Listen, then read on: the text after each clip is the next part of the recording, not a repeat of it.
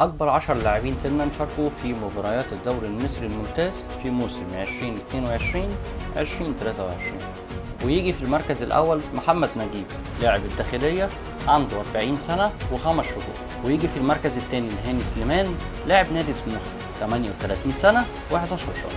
ويجي في المركز الثالث أحمد فتحي جناح نادي بيراميدز 38 سنة و8 شهور.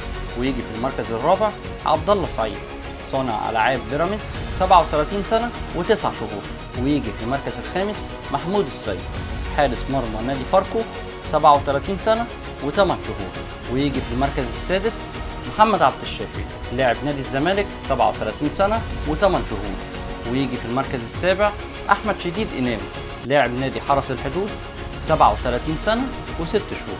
ويجي في المركز الثامن شيكابالا أباتشي الزمالك صانع ألعاب الفريق 37 سنة و4 شهور.